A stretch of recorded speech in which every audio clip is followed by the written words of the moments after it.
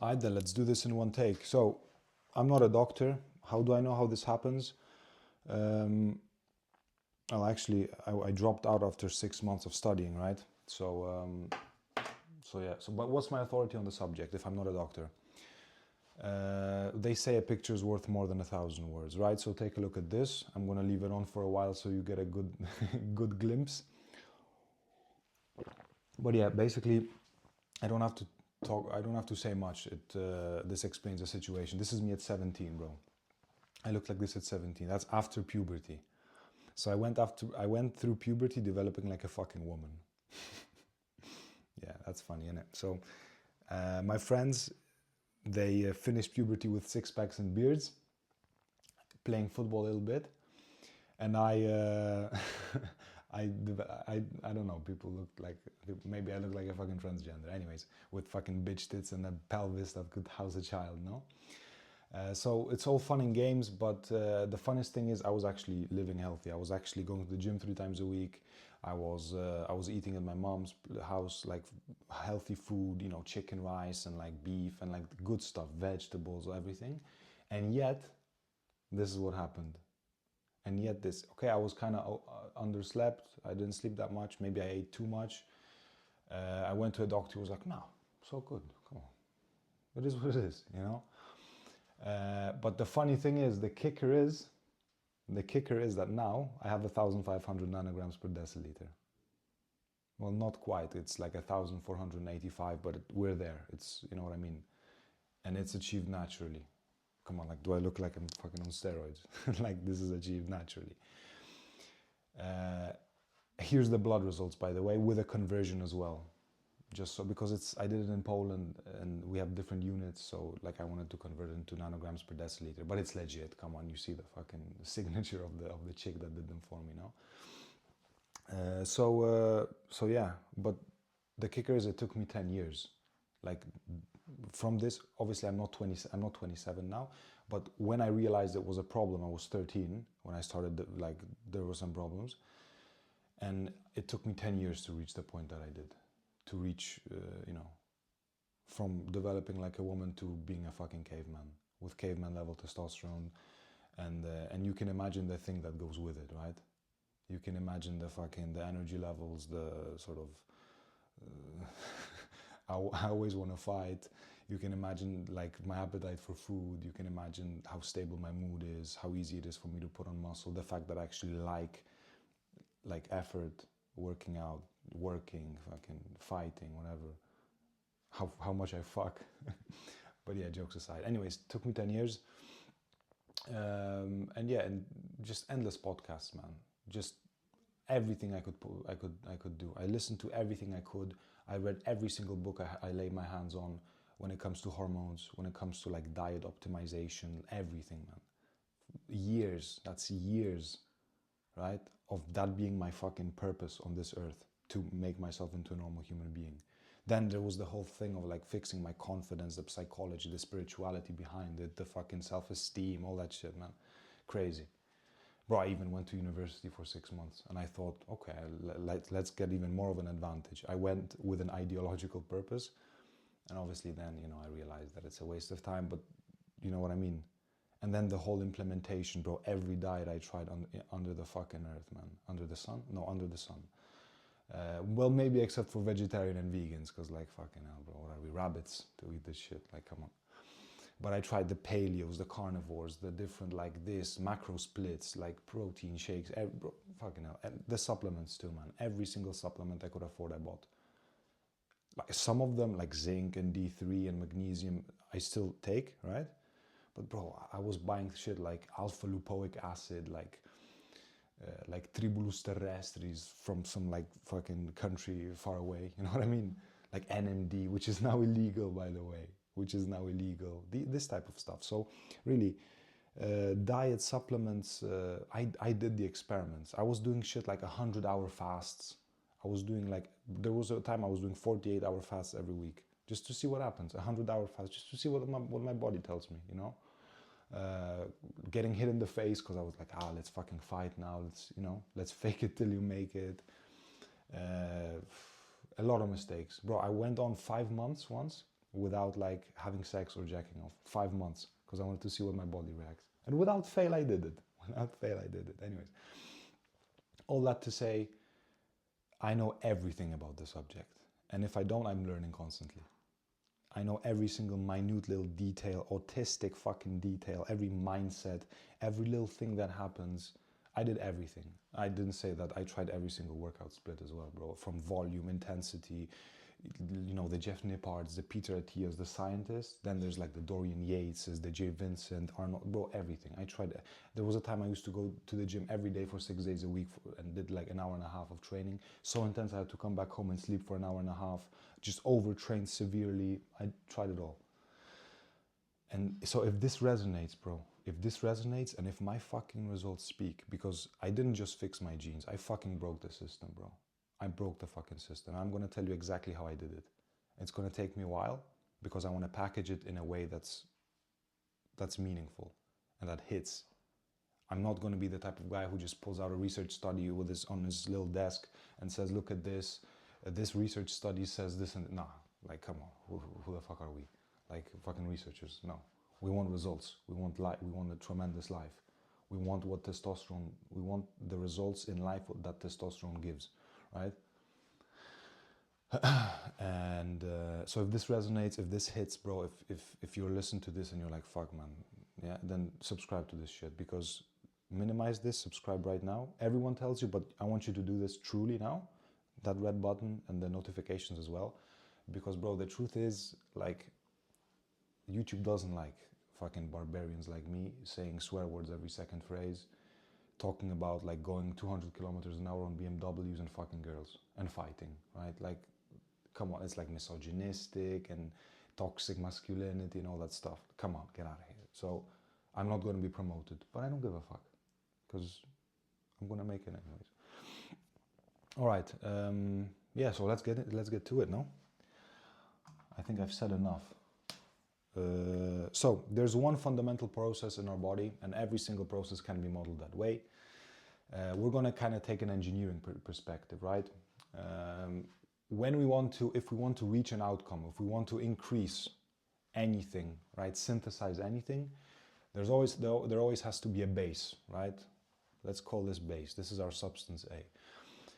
From the substance A, we synthesize, we produce substance B. This is our product.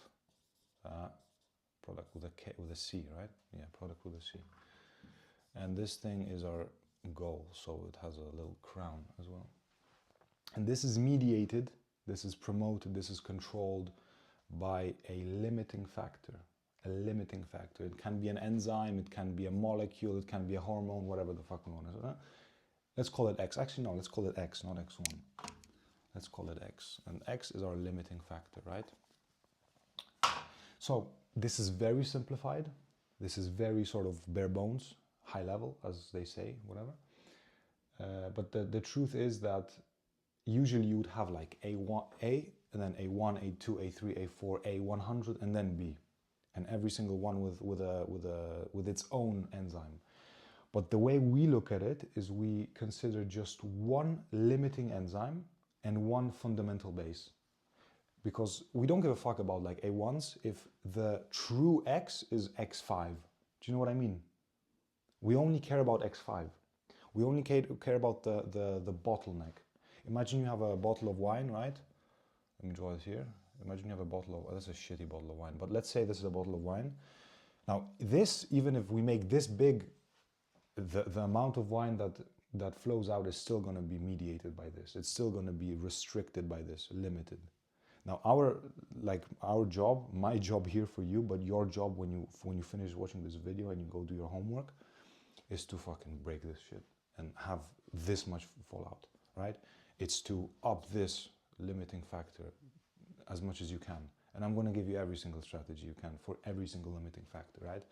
X1. So naturally, like I said, if we want to influence homeostasis, if we want to influence the balance of our body in favor of our product over here, so if we want to influence the homeostasis in order to increase this, we can do this either by influencing positively, so upregulating our limiting factor X, our, the synthesis of X, everything, as well as upregulating the amount of base so that it shifts naturally. We put in more base, more product is formed. That's the model. That's how it works. Homeostasis, that's kind of biohacking, right? We hack the balance of our bodies into what we want. And that's what I did to achieve 1,500 nanograms per deciliter. It's nothing else. I just knew the system. Okay, so that's the system. So what is our base in this example? So with testosterone, well, you might have heard that the base for testosterone is cholesterol. So testosterone is synthesized from cholesterol. Let's write that down. So we have that. Cholesterol. And now, where's cholesterol from? What are the sources of cholesterol? We have two sources, in fact, because we have exogenous, right? Exogenous, that means from outside of the body going in, exogenous, okay? And then we have endogenous, endogenous. So that's produced by our body, right? And in fact, endogenous cholesterol is produced by our liver. That's quite, I'm going to write it down because that's quite important, because there's going to be a sort of fundamental pattern that's going to emerge here. So let's do the exogenous first. Where is exogenous cholesterol found? In food.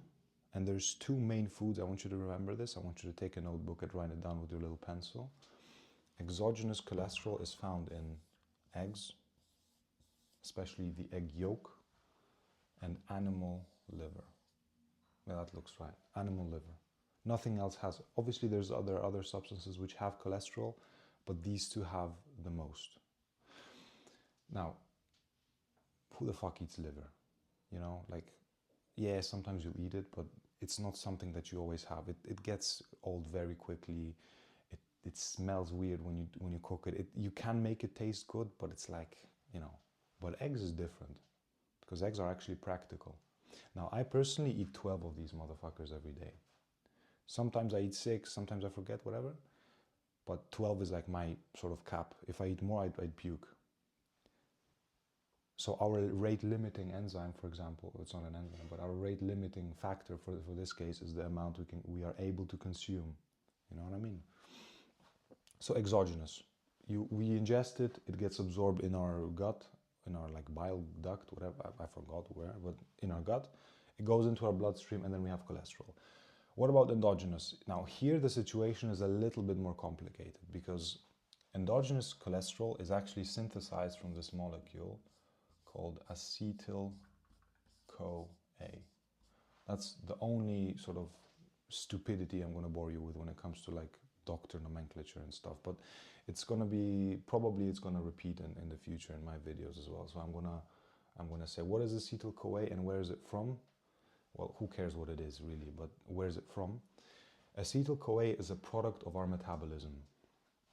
What does that mean? Whatever we metabolize, I'm not going to write it down, but whether it's amino acids, right? So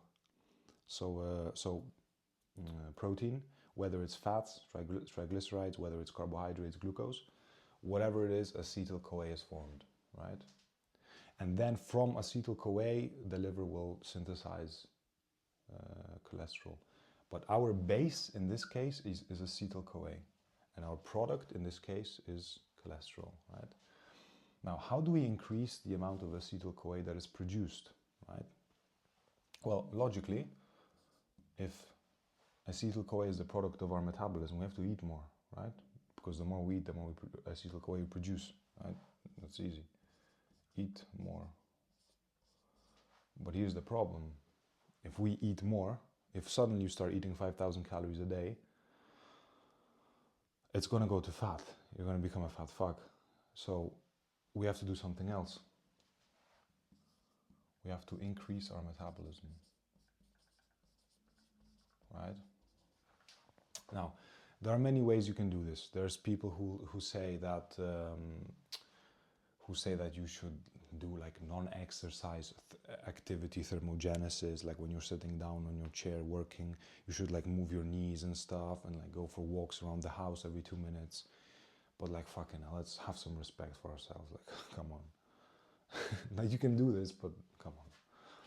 Then there's people who say you should do a fuck ton of cardio, that you should like burn a lot of calories. And I think doing 10,000 steps a day is great. but you know, you should go to the gym for like an hour a day, an hour and a half a day, and always do like zone 2 cardio, and every day zone 2 cardio, everything. And sure, if you want to do zone 2 cardio, go ahead, but who the fuck has that much time as well? It's like, bro, let's respect our time now, innit? Like, but there's another way, and it's the most difficult one, but it's the one which has an insane return on investment, and it's exponential. The more you know what you understand. It's what moves the needle. It's the fucking lever. It's what with the highest leverage, right?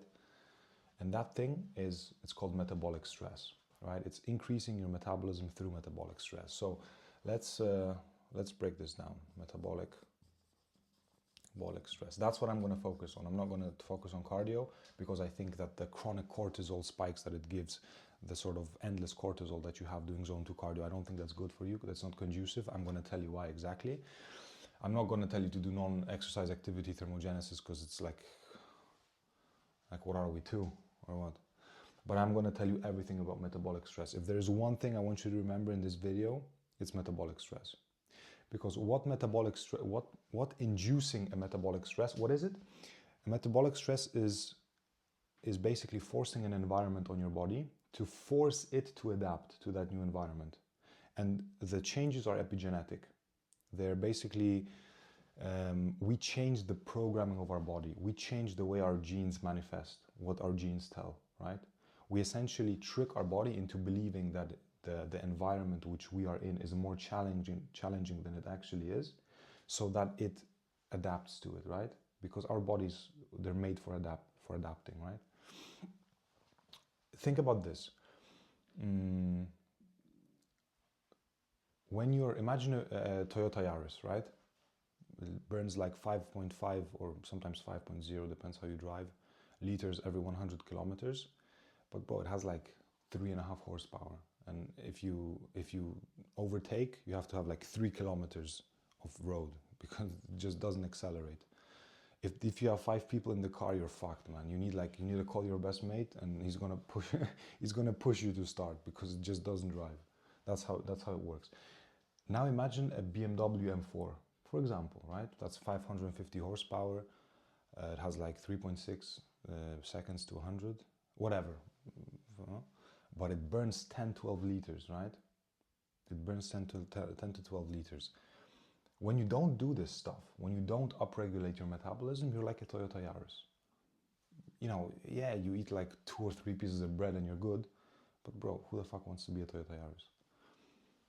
When you do this shit, that's when you become the M4. That's when you have power, that's when you have energy levels, that's when you can output a shit ton of work, and you can input a lot of stuff. You don't need to sleep that much. That's when, like, psychologically as well, you feel good. You feel so fucking good as well. And that's why we do all this. We don't do this to have 1,500 nanograms per deciliter like autists. No. We don't do it to go to sleep every day at 10 o'clock and never drink. And no. We do it to have a phenomenal life.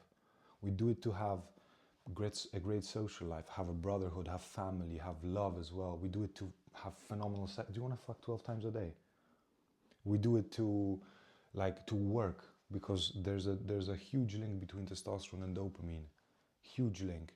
And it actually becomes, you're literally rewiring your brain as well, your neurochemistry, to say, look, I don't give a fuck about video games and drugs and shit. I just want to work. I want to fucking progress. I want to fight because I want to get good at it. I want to like make money. I want to whatever, like, you know what I mean? I want to go to the gym, get stronger, better, faster. And you get addicted to that shit. You get addicted to progress. That's what we want. That's the changes we want to make. And with that, obviously, there's like status and stuff, but whatever. We're going to talk about that later. So, like I said, if there's one thing I want you to remember, it's metabolic stress. It's increasing your metabolism through inducing a very challenging, very painful state on your body, which has results that not only last sometimes 48 hours, but you're literally changing your genes. Boom. How do we do this? There's 6 ways. Number 1, it's intensity of strength training. Yeah, I'm kind of bad at writing on this board, but I think it's It's somewhat readable, isn't it? Intensity of stress training. You know what? I'm going to write number 2 as well, which is sprints, because it's kind of two sides of the same coin, right? Intensity of training. Now, you want to get into the gym, you want to start training. Now, obviously, if you're a beginner, in the first 6 months to a year, you're going to make gains no matter how you train. That's just the way it is. But the thing is, if you don't focus on this, if you start training with just like those fucking science-based, I don't, no offense to them, because they helped me as well. But if you look at some of the things that those YouTubers like Jeff Nippard and Peter Attia and all these guys, like Huberman as well. I love Huberman, but you know what I mean. Like if you care about like how many grams of body weight per gram of body weight, you know what I mean. This shit. If you care about like how many reps in reserve, how many times in 6 days a week, and then 1 hour and a half, and that's all, like, come on, that's bullshit, man. You're training like a pussy. If you want this, then you increase this, that's it. And the best thing is, if you really train intensely, even if you have a long wait between sets, long intervals between sets, you're gonna be in the gym for like a quarter of that time, because I once did the maths. I'm in the gym a quarter of the time of these guys, and you grow more, bro. You literally grow more, because you signal more. The way you train in the gym, when you sit down with those 30s, or like 34s, or whatever you use, if you use more, tremendous. I use 30s. You sit down with those 30s on that incline bench, and you know it's about to be difficult. You know you're about to go through a fuck ton of pain. And you sit down on that shit, and you push the weight, and you go with the negative. The negative is quite, it's quite not short. It's quite like long. It takes a while. Then explosive up. You do it 1, 2, 3, 4, 5, 6, 7, 8. Then the 9th, you're fighting demons, man. You can't anymore. You've got I don't know how many reps in your reserve or grams of body weight per gram of body weight, but but you're fighting, bro. You're all red. You're all with veins. You think you're about to explode. You manage with that rep, and you still attempt the next one, man. You're still there with the slow negative, just fighting, just in pain extremely, and you still push until you can't anymore, until it starts falling, and then you try it again. And then when you fucking exhausted, when you can't, when you think you're gonna faint, that's when you put the weights down. That's when you rack them. And you're all red, bro. You don't know where up and down is. It feels like you've returned from Vietnam, like you've got hit with a grenade and shit. That's how you feel. You make noises, like, you know what I mean? That's how you're supposed to train. And you do 4, 5, 6, 7, 8 reps of this, bro, you're exhausted for days. For days. How the fuck are you supposed to do 6 days a week when that's how you train? That's how you're supposed to fucking train. It's really important. It's painful, but that's the thing that works. That's the fucking thing that works, man. Number 2 is sprints. It's the same thing, but basically cardio, right? So those moms that go on the treadmill and year after year after year with the same body weight, that doesn't do anything, man. Because they burn calories, but then they just eat more because the body signals to them to eat more. You have to change the way your body works, right? Sprints. What's the best way to sprint? There's a protocol. It's called 4x400. So you do 400 meters with 85%. Fuck the 85%. Just do as much as you can with 400 meters, and then you take a break. And ideally, you want those breaks to be 90 seconds. It's very, very difficult. It takes a long time to reach that level. But if you focus on this, you will reach it. So I go on the treadmill because then I know that it's always 20 kilometers per hour. I do 400, then I take a break. Usually my breaks are like 3 minutes, 4 minutes, sometimes even 5 minutes towards the end. But the thing is, like, this is so intense and this is so intense that you can't really do both. You can either do like maybe twice a week this and then once a week this, because otherwise no, it's too much, man. Trust me, I've tried it. So that's sprints. Sprints is all out. Imagine a fucking lion, chasing a gazelle. That's how you sprint. You're gonna hear the lion analogy quite a lot here. Anyway, so that's sprints. Number 3. So overall, it's temperature manipulation, but we're gonna talk about cold exposure. Cold exposition, cold exposure and sauna. Now, I'm not going to talk too much about this, but I want you to buy this book or pirate this book or whatever the fuck you want to do and read this book like 3 times and do everything he says, because this is a game changer. I'm going to talk about it in the future when we talk about stress as well. But when it comes to cold exposure, bro, it works on so many, it has so many different interactions with so many different hormones and so many different things, from like increasing your mood to increasing your dopamine by 2.5 to 3 times for like 3.5 hours, right? Reducing inflammation. It's good for your fucking nuts, right? It's good for your nuts. This is good. It has a lot of stuff, a lot of interactions. What I recommend is every single day you wake up, 1 minute to 2 minutes under the cold shower. Trust me, do it. It's very difficult. You need a shit ton of discipline. A lot of willpower is used on that. But if you do it, it's gonna change your life. It's gonna fucking change your life. I swear to God, this is great. And it's so good for metabolism. It's so good for health in general, cardiovascular health. It's good for like the intensity of this, because your heart gets moving. It's really nice. Every single day. And also after the sauna as well, go in the cold shower for 1.5 minutes. Just do it. Also the same, fluctuations, right? This is a game changer. Also increases your metabolism, obviously, whatever. There's like brown fat. You have brown fat here, and if you put cold water on that, it like activates it, and it's great for a number of different things. Sauna, same thing, man. But the opposite. It's very good for inflammation. It's very good for recovery. It's very good for sweating away toxins, right? If you drink, if you like do some stupid, or you eat some stupid shit, go to the sauna the next day. It's good for sweating away plastics. You literally sweat away plastics. You sweat away, bro, estrogens as well. This is great. The protocol for this. So I nowadays, I don't really do this anymore. Nowadays during winter, I'm kind of bigger as well. Like I'm not that lean. But what I do is I do 3 days a week this and 3 days a week this, alternating. So usually I do Monday, Tuesday, Wednesday, Thursday, Friday, Saturday, or Friday, right? Because sometimes weekend I'm full out, like unable to do these things because I have shit to do.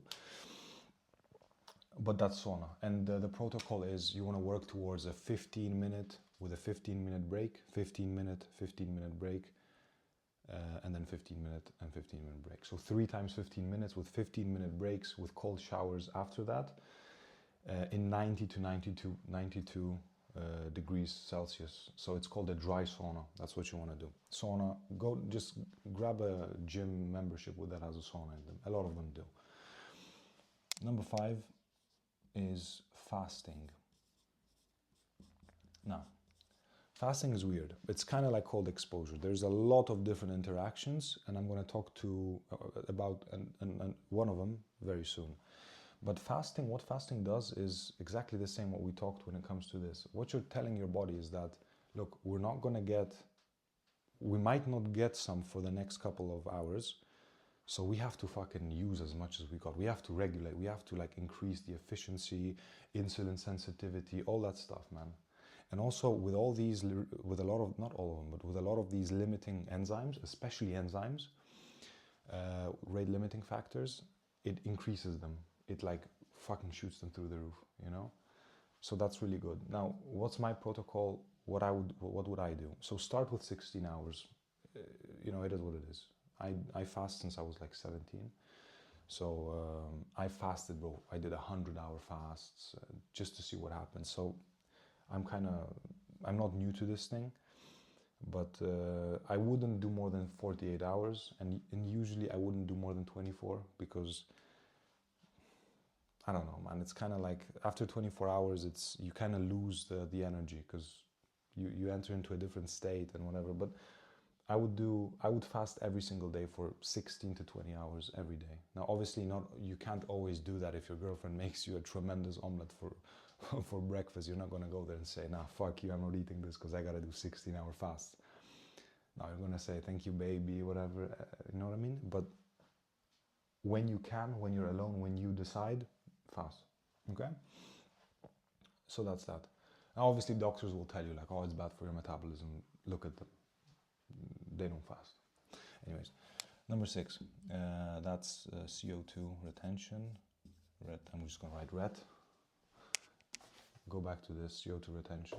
When you do the hyperventilation exercises and you essentially do 40 breaths in, 40 breaths out, you retain on the breath out for 2, 3, 4 minutes, you basically change the pH of your cells. They become very acidic and very alkaline. It's very stressful metabolically, but it's very, very good for you. It's the same thing. Just read the book, because I can't do it justice, despite the fact that I read it 3 times.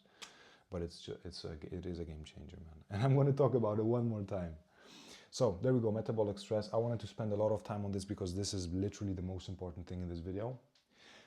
And this is epigenetics, right? This is how you actually change the way that all this happens and that your body works. There is a way to do too much. If you do too much, it's not good. But you have to find your sweet spot. You have to find the sweet spot that, for me, it's this every day for like 16 to 20 hours. I do this almost every day, because I can't say that I do it every day on the dot. Sometimes I don't. And cold exposure every day.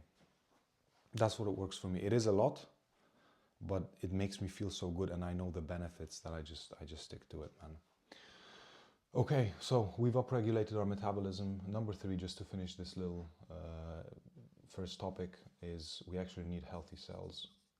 Healthy cells. So when we talked about the BMW analogy, what's the best way to have a healthy engine, right? Is to put good fuel and drive well. It's exactly the same here. You just have to, you put the fuel that is appropriate for your body. Eat clean. Now, I'm not a big fan of vegetables because of fucking anti-nutrients and phytoestrogens and all that stuff. We're not going to go into it in this video. But if you want to eat vegetable, go eat vegetables. But just, bro, eat meat. Eat the things that you buy in the store. The 20% of the things that you buy in the store, because 80% is fucking garbage, that actually has like one ingredient, like bananas, rice, meat, you know what I mean? That's what you eat. Healthy cells. Acetyl-CoA, you eat more, then you have to upregulate your metabolism so that you can eat more. Eat healthy so that all that things work and that a lot of energy is being produced by the cell, and you're good. So we have acetyl-CoA. Now what happens? That acetyl-CoA is, together with this, it's transformed into the cell. What is the rate limiting enzyme for this? It's called HMG, like heavy machine gun. It's called HMG reductase CO2, but let's just call it HMG. Now, how do we increase this? Through metabolism. That's one of them. Another one is with fasting. That's what I mean. That's what I was talking about when it comes to. Actually, do you know what? I'm gonna do it like this. When it came to the interaction with fasting, right? So what happens is, I'm gonna draw it here. If you eat every day, this is very simplified, but when you eat every day, this happens with the AMG, right? Let's say you eat 3 times a day. Let's say you eat 5 times a day. Okay. Let's say you eat like twice, because I eat twice. Then what happens is and then you have this big boost, you know? Then you have a big boost again. And it might not look like it on this graph, but these big boosts, I don't even know if that's the shape of them, but let's just, for the sake of argument, the area under these boosts is much bigger than the sum of the areas of these. So that's the idea. When you eat, when you refeed and the body gets it, since it has this since it's in this mode of, okay, let's fucking produce as much as we can, let's be as efficient as possible, this is what happens. And that's the whole idea. It's just to be efficient. It's to use as much as you can, right? So that's the whole idea with fasting. Fasting will just increase a lot of these, and this is one of them. And finally, I'm going to talk about T3 and T4. Let's just do it here. It's just a minor thing. T3 and T4, these are thyroid hormones. Thyroid is somewhere here, I believe. And they also control metabolism. How do we increase them? Iodine, right? So iodized sea salt. I wake up every single day and half a spoon of sea salt, water, boom, I'm ready. The adrenals are kicking in, you know, adrenaline is being made. Yeah, do that as well.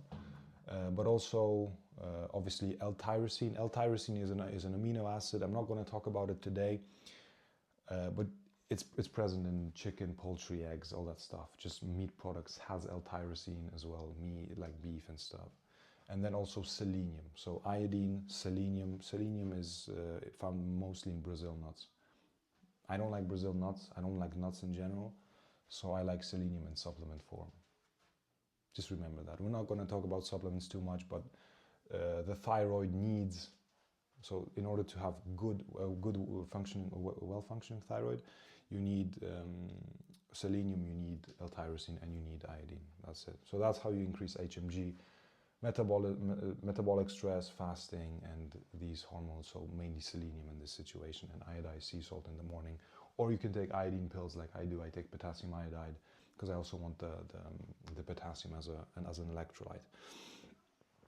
Okay, so we have it. We have the process. We have basically the two bases that there are.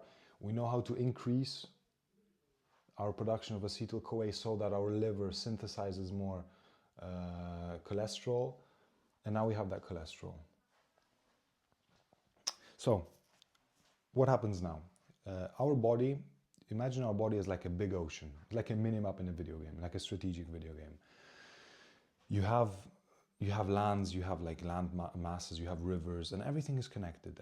Every river goes to every ocean, to every sea. Everything is connected, right? I don't think every river is connected to every ocean in real world, but fuck it, for the sake of argument, let's do it like this. Everything is connected. And every single land mass has a shit ton of ports, like almost infinite amount of ports. And in our body, those ports are receptors. And everything is connected, and there's a lot of ships in the sea, and those ships, they're molecules, they're hormones, they're compounds, they're substances which need to go to the respective ports, right? In order to cause signaling, right? So imagine you have a ship with like 12 BMWs, and it needs to go to Amsterdam to like, you know, to get the BMWs onto the big ass cars with the cars on top, and then that transports it over to the saloon so that, you know, fucking Robert can come over and buy a BMW and then crash. You know what I mean? But that's how it works. So fucking hell, man. So that's how it works. Now in this situation, our cholesterol is our, okay, let's do a tremendous drawing of a BMW, is our BMW M4 series with 550 horsepower. There you go. That's our cholesterol. I'm going to do this just in case. It's obvious, right? But the BMW in itself, it can't swim. It can't go to Amsterdam by itself. It needs a ship. It needs a cargo ship. Now this ship, it's one of the best ships I've ever drawn. This ship is LDL cholesterol, right? LDL cholesterol. Let's do this. Now, you might have heard LDL cholesterol, right? LDL cholesterol, that's bad cholesterol. That's what causes like artery damage and stuff, whatever the fuck they say. Look, if I have cancer, if I have some, you know, if I need an operation or some surgery, I'm going to go to a doctor. I'm going to let him fix what I've got, because they know their shit when it comes to these things. But when it comes to preventative stuff, they have no fucking clue. If I go to a doctor, because the people who say that LDL is bad, yeah, sure, it's your mom, it's your aunt, it's your grandmother, it's, you know, your neighbor, whatever. But they don't know shit. Like, what the fuck do they know about LDL cholesterol? But if you go to a doctor who talks on the radio, on TV, in his office, telling that you should like minimize LDL cholesterol, like, I don't know about you, but when I go to a doctor, I see this fucking balding guy with a big ass stomach touching the desk, sitting down on his desk. The stomach is touching the desk and just writing down papers, like fucking, you know what I mean? He can't go up more than 2 flights of stairs without respiratory issues. The last time he's been to the gym was 15 years ago. You know what I mean? The last time he had sex with his wife was like 2 months ago for a reward because he mowed the lawn. You know what I mean? Like, that's who I see. I don't want to be that. And sure, they do know their shit when it comes to surgeries and stuff, but they have no fucking clue about these things. They have no fucking clue, man. And they'll tell you that LDL is bad for you. And then they'll say that the things that increase your LDL healthily, for example, saturated fats, fuck, I gotta be one of the worst at writing. Saturated fats, you should avoid them. You shouldn't eat like beef and like, let's do A. And then like, what else? Like milk products, right? Like butter and butter. Coconut oil, cocoa oil. I don't even know if you spell cocoa like this, but you know what I mean. But then they'll say, yeah, fuck it, eat sugar and stuff. But bro, it's the sugar that causes this shit. It's the damage to the liver. It's the fucking damage to the liver caused by non-alcoholic liver disease, by fructose, by non-natural fructose, by alcohol, by chemicals that the liver has to filter through, those fucking E40 chemicals present in your foods, the preservatives, the fucking red dye. That's the type of shit that kills your liver. This tells your body how much of these ships you need to create. This tells your fucking body that, okay, we have 12 BMWs, we need this much ships. Because this is how much ships are needed to transport these BMWs into the ports. You know what I mean? But they'll tell you it's the opposite.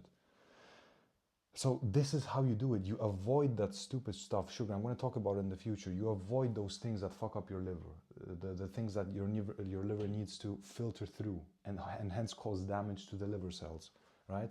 And these things, they will increase your LDL, but to the amount that it needs to be increased in order to have that. Okay, so now we have our cholesterol. We have a transporter for the cholesterol, which is that ship, which is LDL cholesterol. And now the problem is that we have two ports. We have two locations that require these BMWs, right? One of them is present in, how do I draw this? I don't know if that's good. Like I don't know if that's good, but it's basically our nuts, right? Our testicles. But not these nuts, like our nuts, the fucking kingmakers. Now, these nuts, they require LDL, but also, I don't know how to draw the other thing, but there are two glands. It's called our adrenal glands. I don't know how to draw them, but let's just say adrenal glands, that they also want cholesterol. They also said, yeah, we want some, right? Now, testosterone is mainly produced here, right? So over here we have pregnenolone, let's just call it substance P, and then we have testosterone, and that's our goal, right? Or also other testosterone-like compounds, right?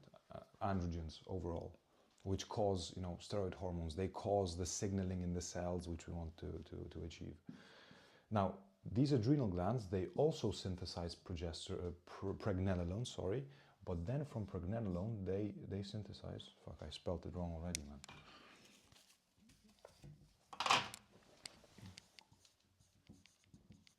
They synthesize cortisol. Now, cortisol is the stress hormone. It's obviously a very, very important hormone. It controls a lot of things in our body. It controls the fight and flight response we get when we see a lion and we have to fuck off or we have to fight, right? They control what happens when we wake up, right? The circadian rhythm.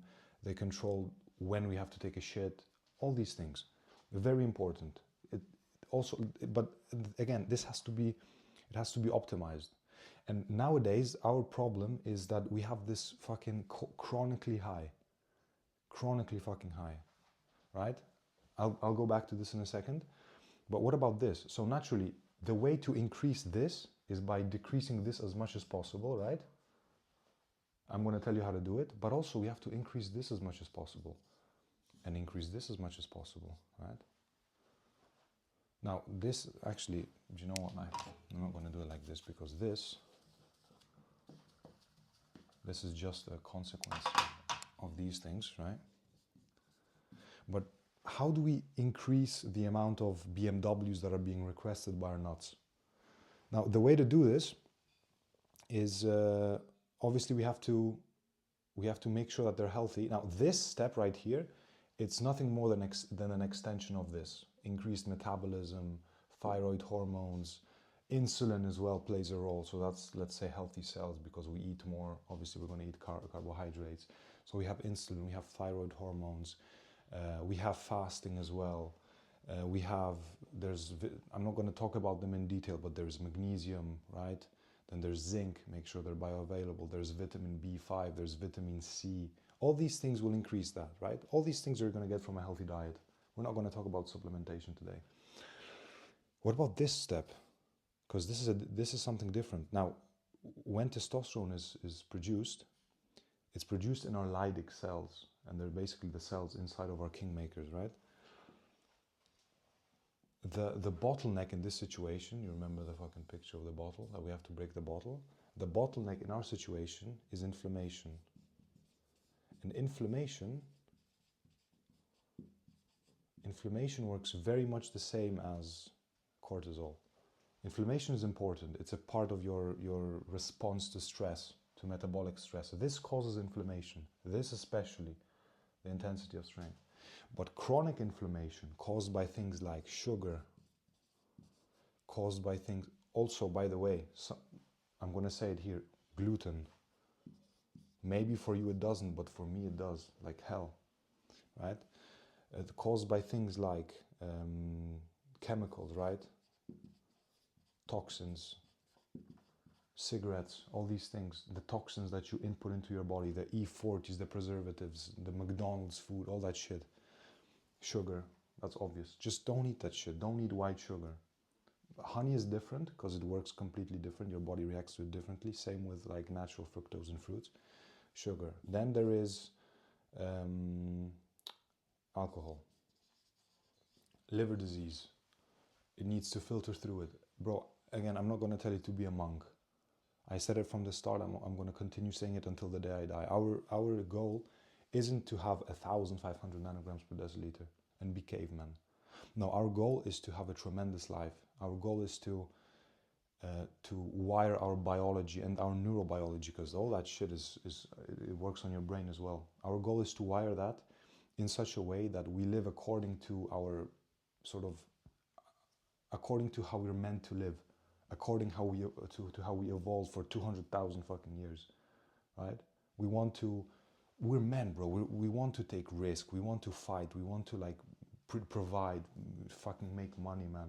Eat, live with passion as well. Fuck like animals 12 times. Do you want to fuck 12 times a day? I'm going to continue saying it. That's how we want to live. And bro, if you're in a social environment and you want to drink 2 glasses of wine, I'm never going to say that's a bad thing, because I do it too. Maybe sometimes more often than I should, especially when I'm in Italy and whatever. But bro, I drink 2 glasses. Maybe if it's a long night, I'll drink 3. Not a half a bottle of whiskey, man, or half a liter of vodka, right? Because the way that alcohol works, by the way, when it comes to the damage it does, there's a soft cap. It goes like this. Here it's 2 drinks. It's 2 drinks. And then the more you go, it just goes. That's the damage, right? The damage done. And that's the amount of drinks. The damage done just goes through the fucking roof, man. Yeah. So that's it. And the last one is seed oils. Seed oils is inflammation in a bottle. When they go into the cells, these guys have no fucking clue what to do with it. It's literally poison. They have no fucking clue what to do with seed oils. If you see seed oils written on the packaging, just don't buy it. And if you really have to, go to the sauna after, the day after, or that same day, and just sweat it all out. Because that shit is... Bro, they have omega-6. And by the way, these cunts that actually market these substances, they promote that omega-6 is good for you. Because, yeah, it has some interactions that are important. Bro, omega-6 is a fucking pro-inflammatory. I don't know if it's a cytokine, but it's pro-inflammatory. It literally causes inflammation signaling in your body. And that's what you're putting in. That's what you're doing to fucking decrease this shit. So there we go. We have that done. What about the other path, right? So we optimize this path. This is naturally going to occur. What about the cortisol? Now, you're not going to be able to reduce cortisol to 0. And if you do, it's going to fuck you up. Sometimes you have too little cortisol in your body. Literally, there are biohackers who they actually take cortisol as a pill. It's a substance which mimics cortisol, which acts on the same receptors and everything. They take that, for example, twice a day because they have too little. So cortisol is extremely important. What we want to avoid, I'm going to write it down, is chronic cortisol. So stress. Now, again, this whole video is about the 20% of actions. It's about the Pareto principle, right? It's about the 80-20 rule, or the 20-80, whatever. It's about the 20% of actions which give you 80% of the results.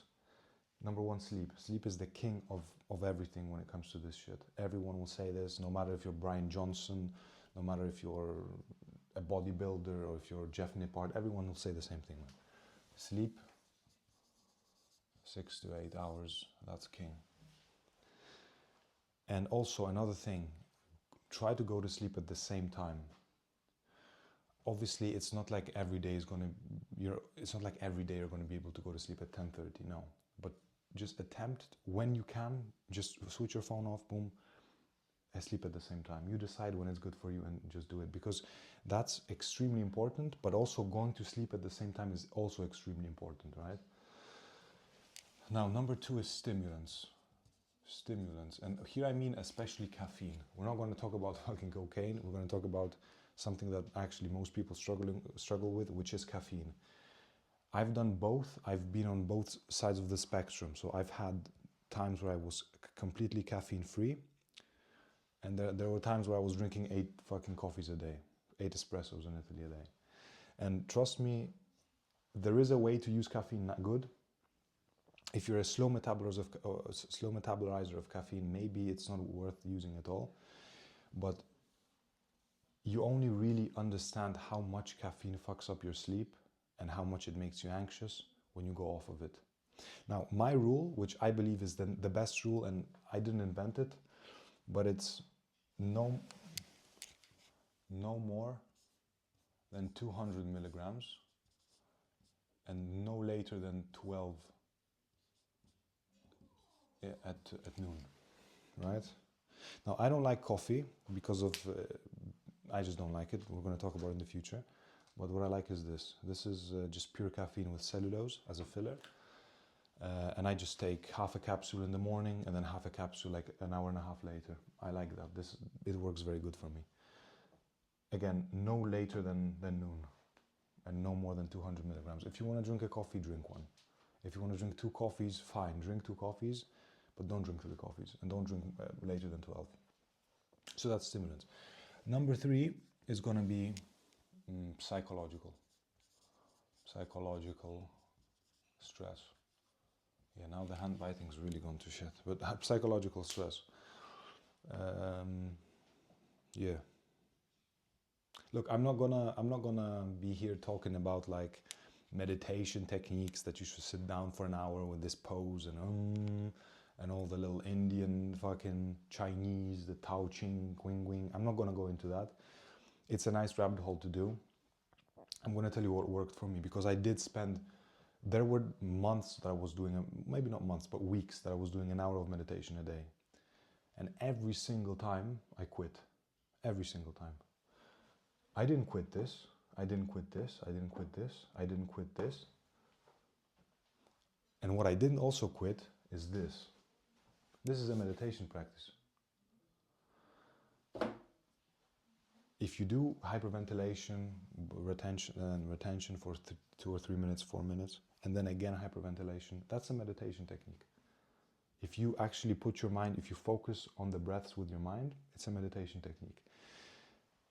This is a game changer. I fucking mean it, man. Buy this book and read it 3 times. Look, personal anecdote. I had a situation once. I don't know how long ago it was. I don't remember anymore. But I was basically like positive I was going to be a father, right? My girl's period was like 6, 7, 8, 9 days late, right? It was 9 days late, but I started worrying after 6. And bro, it ate me alive. It fucking ate me alive, the thought, right? The stress. I had no energy to go to the gym. I wasn't hungry. I couldn't sleep. I was constantly with this pain, this sort of like knot in my stomach. Until I started doing this 3 days a week, 3 times a day, together with a cold exposure and everything. And bro, literally after 1 day, boom, completely gone. 20% left. 20% of the sort of thoughts like, oh shit, what if maybe she really is pregnant? You know what I mean? So this is a game changer. I can't stress this enough. This book is a fucking game changer when it comes to also like cortisol control. And as a bonus, because we're done, as a bonus, I'll say this. One thing that really works like meditation, because what meditation is a mindfulness practice. It's trying to be mindfulness in the moment, not giving a fuck about what is going on. One of the best things that induces this mindfulness state is quality time spent in a good relationship with love and with like a good girl, you know? I'm not saying good girl, I'm saying a girl that you can be real with. I'm saying a girl that, you know, you can tell stuff and not cry in her lap like a fucking, you know, not cry in her lap, but talk. And that shit is that's what really gives you the mindfulness. And also sex with a girl like this, that's really good. So yeah, and let that be a motivation for you, because these girls, they fucking love this shit, man. They love this shit. Trust me on that. I don't know how I know. I read it in a book, bro. But yeah, they love this shit, and it really does. Like, I can just say from anecdotal experience, it's not like I did blood tests here before and after, but no, it's good. So yeah, bro, I think we're good. We have the process, we have the mechanism, we have the exogenous cholesterol, endogenous cholesterol, metabolic stress. This is the most important part of the video. We have the whole thing with LDL, saturated fats. We have limiting inflammation. What causes inflammation? The 20% that causes 80% of the inflammation. We have the 20% of the activities which reduce 80% of the stress. And we have basically as much, because I didn't go into like exogenous compounds which increase your metabolism. We're not going to do that. But we have every single way that I know that works when it comes to increasing your metabolic rate. So the video's done, and now the killers, only the killers are left. So if you stayed until the end, there's a reason for that. It's the cream of the crop. It's the serious people, the ones who wanted a dopamine hit. They're long fucking gone. So I'm speaking to you now. Below's a link. Below's a link. What it is if you don't want to spend money, don't click on the link. But below is a link with my calendar. You can book a 30-minute conversation with me. The conversation is free. We're just getting to know each other. We're getting to see if we vibe. We're talking, you know, I'm gonna ask you a couple of questions. You're gonna ask me a couple of questions. And if I decide that I will change your life in 3 months, if I decide that I'm able to do it in 3 months, then I'm gonna make you an offer you can't refuse. No, I'm joking, but you know what I mean. I wanted to sound like the Godfather here. And so that's the thing. I have a gift, bro, because it took me so long to understand all this, and really, like, we're just getting started, man, with like testosterone and these things. But bro, if I told you this shit, I have a gift that I killed so many demons in my head, so many fucking problems, traumas, whatever you want to call them, that I'm known there. Like, they fucking know my name. I'm VIP, bro. They fucking fear me, these fuckers. And yeah, I mean, bro, from like identity issues to like fucking garbage self-esteem, body image issues, repressed sexuality from the church and from like my family and stuff, no confidence, inability to take action, fear, you know, killing me, bro, mommy issues causing me to chase girls all the time, seek, you know, attempt to fill the void, bro. I was the first, no, I'm not gonna say about running away, but yeah, getting my attention from my parents by running away from home. The first time I thought about ending it, I was 9. I was 9 years old, bro. I remember the conversation. I remember when it happened and with whom, you know. If I told you some of the thoughts I had in the last 10 years, late at night, or, you know, when night was about to come in the evening, fucking crying in my pillow, you would have called the psychiatrist then and there, man. So I know what I'm talking about. I killed these cunts. And because of this, I have a gift. I'm able to, when I talk to somebody, some young guy, and I see he's struggling, and we're talking, and he tells me, oh, this happened, this problem happened. This thing with a bottleneck, I know what this bottleneck is. I know intuitively what this bottleneck is. I ask him a couple of questions. I see his body language. I see his eye contact. I see how he talks, the tone of voice, his confidence. You know what I mean? When he talks about the way he talks about like sex and things, I know this, bro. Like a cook who's been cooking steak for 20 years. Like, he knows when it's medium rare.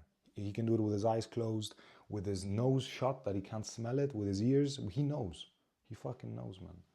That's what I have. So the link's below.